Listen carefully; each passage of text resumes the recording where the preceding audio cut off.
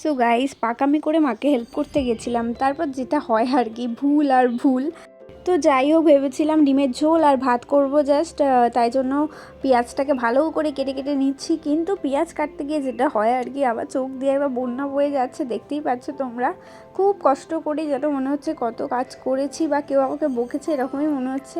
যাই হোক, যা করে এবার কাটতে আরম্ভ করে দিয়েছি। তারপর একবার দেখে নিলাম যে ভাতটা ঠিক আছে কিনা, মানে হচ্ছে কিনা, জল দিয়ে একটু নাড়াচাড়া করছিলাম। যাই হোক, তারপর ভালো করে কড়াটাকে দেখে নিলাম যে তেতে গেছে কিনা। তারপরে এই যে তেল দিয়ে আর একবার দেখে নিলাম। তেলটা গরম হয়ে গেলেই সাথে সাথে আমি ফোড়ন দিলাম, ওই যে কী সব 5 ফোড়ন আছে সেগুলোকে ঢেলে দিলাম। ভালো লাগছিল করতে, কিন্তু যেটা হয়েছে আস্তে আস্তে তোমরা বুঝতে পারবে। যাই হোক, দেখতেই পাচ্ছ এবার আমি কড়ার মধ্যে পেঁয়াজ আর যে লঙ্কা নিয়েছিলাম ওইটা দিয়ে দিয়েছি। তারপর মনে পড়লো টমেটো দিতে হয়, টমেটোটা কেটে আলাদা করে আবার তারপরে টমেটো দেওয়া হলো। তারপর নাড়তে নাড়তে একটু আদা রসুন বাটা দিয়ে দিয়েছি। আদা রসুন বাটা দিলে কিন্তু ভালো একটা স্মেল আসে, ওইটা কিন্তু আমার দারুণ লাগে। যাই হোক, এবার একে একে মশলা দিতে হবে। মশলাতে এবার নুন দিয়েছি প্রথমেই, যে যেটা মাস্ট, নুন দিয়ে দিয়েছি। তারপর গুঁড়ো লঙ্কা দিয়ে দিয়েছি। তারপর একটা জিনিস ভুলে গেছি, সেটা তোমরা কমেন্ট করে জানিও কী দিতে ভুলে গেছি। যাই হোক, আবার একটু নুন দিলাম, ওইটুকু নুন হতে আমার পোষায়নি। তারপর একটু চিনিও দিয়েছিলাম, ঠিক আছে। তারপর যেটা হয়েছে, আমি বড় ব্লেন্ডার করে ফেলেছি। আমি যে ডিমের ঝোল করব, সেটা যে আলু কুটতে হয় সেটাই ভুলে গেছি। যাই হোক, তারপরে মনে পড়েছে যে আমি তো আলুই কাটিনি। তারপর তাড়াহুড়ো করে এবার আলুটাকে ভালো করে ছিলে এবার কাটতে আরম্ভ করে দিয়েছি।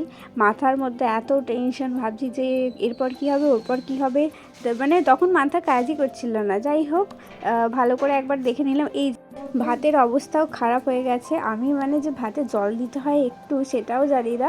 মানে ভাবলাম যে অল্প জল আছে, ভালোই হয়েছে, বেশি পড়বে না, ফ্যান ঝাড়ার সময় ভালোই হয়েছে। যাই হোক, এদিকে আবার একটা ব্লেন্ডার করে ফেলেছি, সেটা হচ্ছে আমি ডিম ভাজতেই ভুলে গেছি। মা পরে বলছে যে ডিমটা ভেজেছিস, তারপর মাথায় এলো যে হ্যাঁ, ডিম ভাজতে হয়। তো যাই হোক, ওই তরকারিটা রেখে সাইডে ডিমটা ভেজে আবার তরকারিটা দিয়েছি। মানে এইরকম করেই করতে থেকেছি, তারপর থেকে আর ভুল হয়নি মনে হচ্ছে। যাই হোক, তারপর জল দিয়ে দিয়েছি। আর মাঝখানে হ্যাঁ, হলুদটা আমি দিয়ে দিয়েছিলাম, মনে পড়ে গেছিলো, হলুদ দিতে ভুলে গেছি, তো হলুদটাও দিয়ে দিয়েছিলাম, ঠিক আছে। এইবার এরপরের স্টেপ থেকে চলো ঠিক আছে। এইবার এই যে জল দেওয়ার পর একটু ওয়েট করছি, আর কি করব, যা ব্লেন্ডার করে ফেলেছি। দেখে নিলাম আলুগুলো একটু সেদ্ধ হচ্ছে কিনা। আর ওইদিকে রেখে দিয়েছে হচ্ছে এই যে ডিম ভাজা, সেটা এবার দিয়ে দিলাম ঝোলটার মধ্যে। তো যাই হোক, এরকমভাবেই হতে থাকলো। দেখো গাইস, কেমন দেখতে লাগছে একটু বলো আমার। যাই হোক, শেষে মাকে বলেছিলাম মা একটু খেয়ে দেখো, বলো কেমন হয়েছে। তো যাই হোক, মা বললো ভালোই হয়েছে, খারাপ হয়নি। খেতে কিন্তু মোটামুটি যা হোক করে ভালোই হয়ে গিয়েছিলো শেষমেশ। তো ভিডিও ভালো লাগলে লাইক কমেন্ট শেয়ার করতে ভুলো না। টাটা।